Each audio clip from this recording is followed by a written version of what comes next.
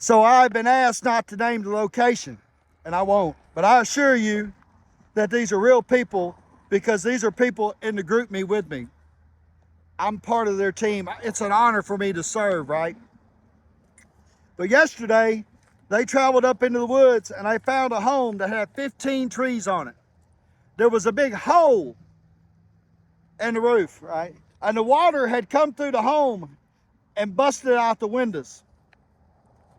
And they didn't know if anybody was in there. They didn't know what was going on, but they said, hey, and they heard a voice. And inside this house, trapped inside this home, in the middle of the hills of North Carolina, was an elderly man that we suspect to be about 80 years old. He had been there 19 days, right? Surviving. And they got an arborist over there, a professional tree trimmer, to start removing the trees, and they were able to pull that elderly man out of there. And when they asked him, what can we get for you? He said, some water and some food.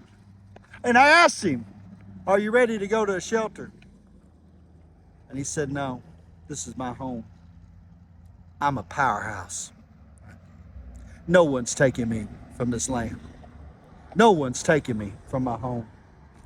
And today in America, there's many of us that are wondering, questioning our hearts as to who we are, what we are as people, where we come from, what our mama and daddies taught us, what our grandpas laid upon our hearts and our grandmas on our kitchen tables. And we're saying to ourselves in this moment of disparity, of need and confusion, that I am a powerhouse, motherfucker, just like that gentleman that would not leave. And they were left with the decision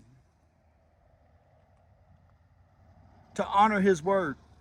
And so they put visqueen over the windows, and they left him with a propane heater and some food and some water. And they'll go back and check on him, I'm sure.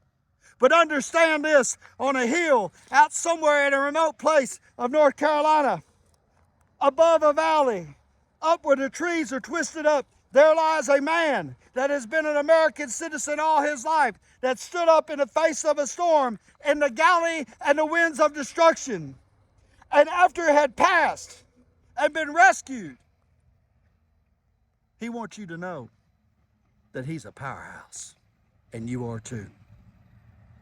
We need your help in North Carolina. I'm leaving November the 1st, right, from Hot Springs, Arkansas. You can get my contact information at jasonsdavisconstruction.com.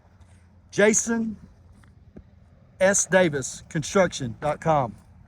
You can contact me, please.